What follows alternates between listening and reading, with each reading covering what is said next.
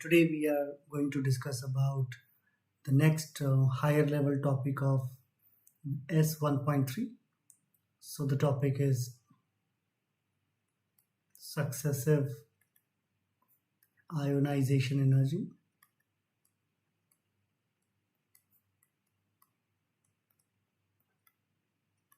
Energies. This is a higher level topic.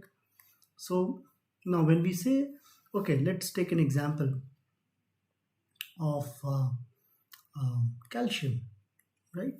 Let's try to understand. In the previous section, we have understood what is ionization energy, the energy required to take out the electron from the last shell, right? From the valence cell. Now, what is successive? Means now you are going to take out electron again and again from an atom. So let's take an example of calcium. Calcium has electronic configuration 1s2, 2s2, 2p6, 3s2, 3p6 and 4s2, right? So let's say that means this is an electron shell. This is the first cell, this is the second cell, this is the third cell, and this is the fourth cell, right?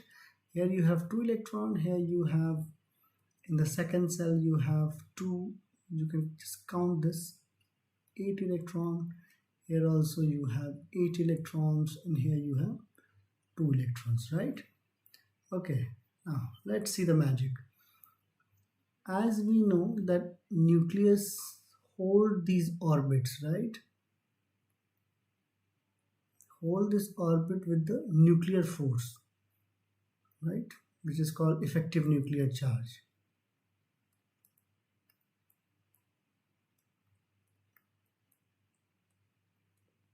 Let's say effective nuclear charge, let's say there is, take an example, suppose there is 10 proton and there is a 10 electron. Just take an example. If I am going to decrease it 9 or I am going to decrease it to 8 electrons, what will happen? Can you see there is a 2 extra protons are there, right? So extra proton means the more nuclear charge will be developed, right? And atom will be, the nucleus will hold the atom very tightly.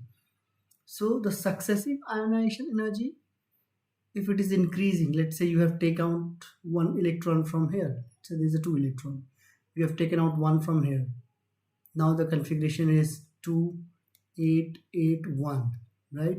Now again you are taking it out, now configuration is 2 8 8, right?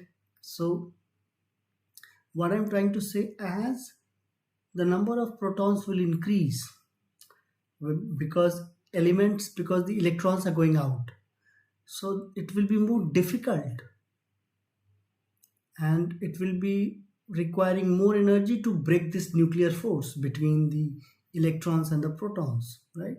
And this increase in ionization, however, is not constant and it depends on other things also, right? So what we have discussed, let me write the points, that the successive ionization energy of an element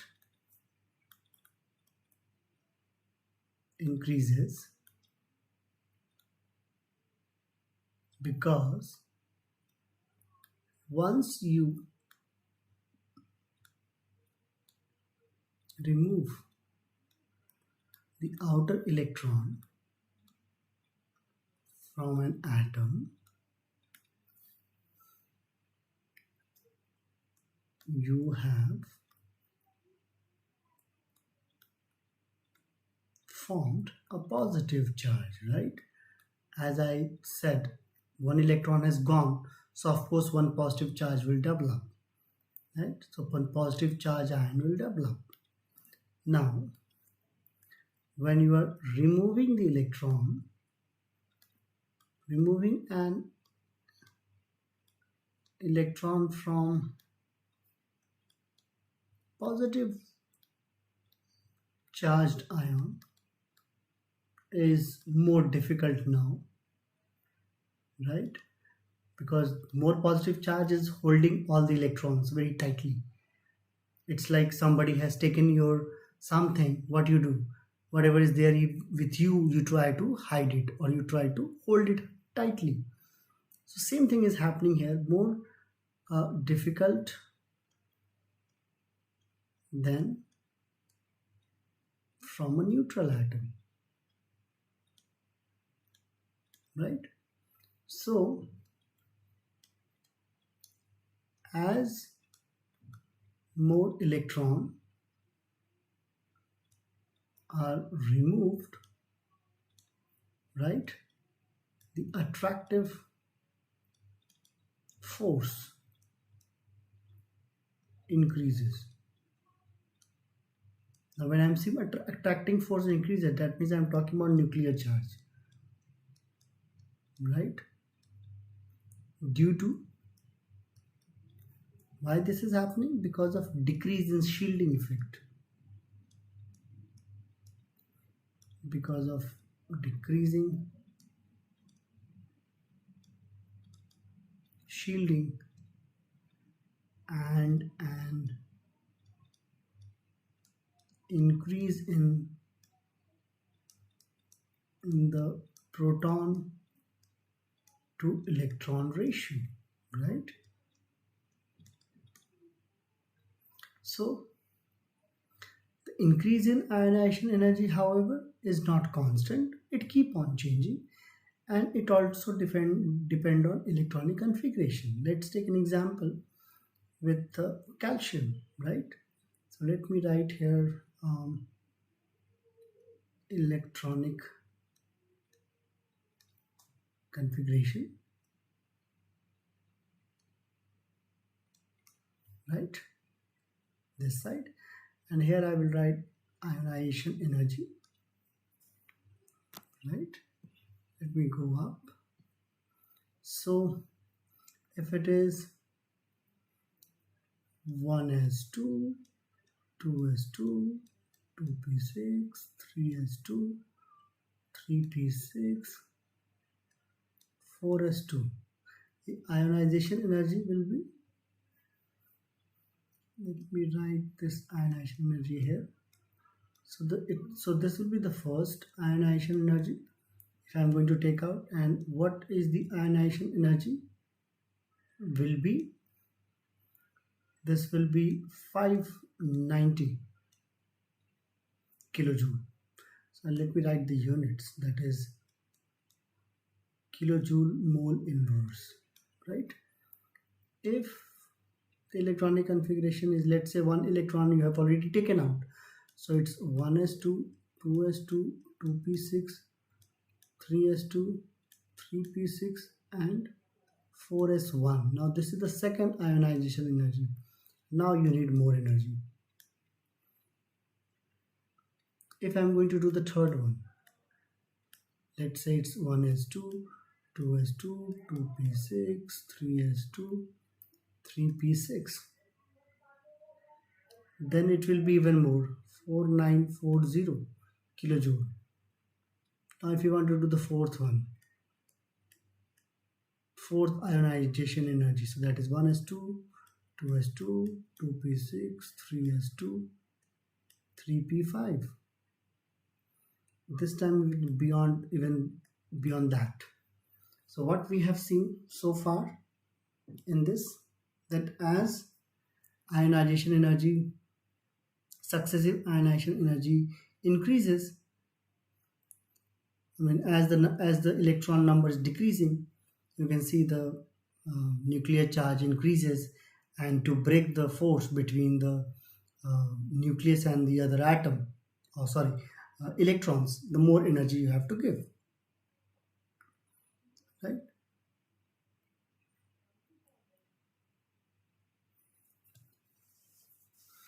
So here we have understood how the successive effective nuclear charge uh, affects, right? Let's try to understand with another example.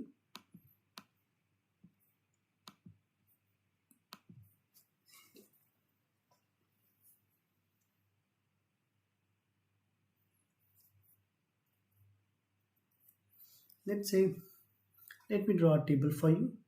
Here I am going to write an element, and here I will write atomic number first, and here I will do ionization energy. Let's say atomic number is 11. We have a sodium, right? So if it is a first ionization energy, let's say second, third, and fourth. So for sodium, the first ionization energy is 494. Second becomes even more because you have to take out electrons from the second last shell. Third is 6940 kilojoule per mole, and this is 9540. If I'm going to talk about the next element, let's see, 12th is magnesium. So for magnesium, the first is 736, second is 1450 kilojoule per mole, this is 7740, and this is 10500. If I'm going to talk about the next, let's say aluminum, this is even a bit tougher. 577 for first, 1820 for second, 2740 for third, and 11600 for fourth. So for sodium, if I'm going to talk about sodium, it's 1s2, 2s2, 2p6, 3s2, it's 11, right? So 2 to 4, 6, 7, 9, 10, no, sorry, it's becoming 12. So it's 3s1, right? So for sodium, there is a huge jump from first to second. Let's say if I'm going to do this. This is first ionization, if you are removing, right? And it turns to this. So for sodium, there is a huge jump from the first to the second ionization, indicating that it's much easier to remove the first electron than the second. You can see the difference, right? Therefore, the first electron to be removed must be the least electron in the valence shell. Now, if you will take an example of magnesium. So for magnesium, it's 1s2, 2s2, 2p6, 3s2. So there is a huge increase from second to third. Can you see? Indicating that it is far easier to remove the first two electrons from the third cell than this one.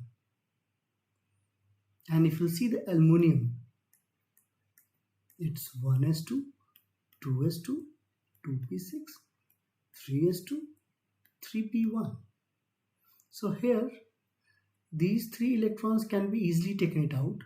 That's why the difference is not too much. But yes, if I'm going to remove this one, the fourth electron, this is 11,600 kilojoule. So this signifies or tell us that taking out electrons in a successive manner sometimes becomes more difficult because we are going closer to the nucleus. Okay, let's take a question and we'll try to discuss. Question is,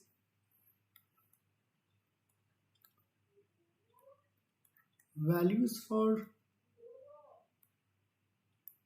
the successive ionization energy of an X element are. It's X element, we don't know the name. Let's say the first we'll try to find out is 899 kilojoule per mole. Ionization energy second is, let's say, 1757. Ionization energy third, let's say it is 14850 kilojoule per mole. And ionization fourth is 21005 kilojoule per mole. The question is, find which group of the periodic table of element you would expect to find the X element, right? So let's see the solution for this. So the largest jump, if I'm going to see with these values, is between 2 to 3, right? This is the largest jump, right?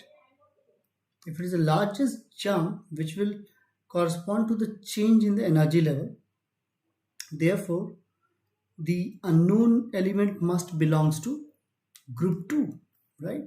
So we can say largest jump is between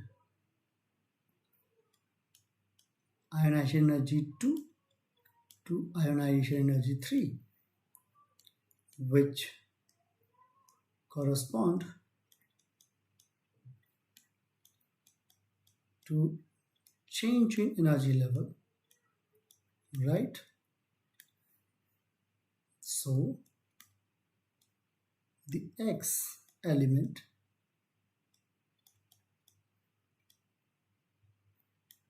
belongs to group 2. This is the solution. So in this way you will get a question in your exams. Soon I am going to upload topic wise questions for students and teachers that will help you to practice. See you in the next lecture. Thank you.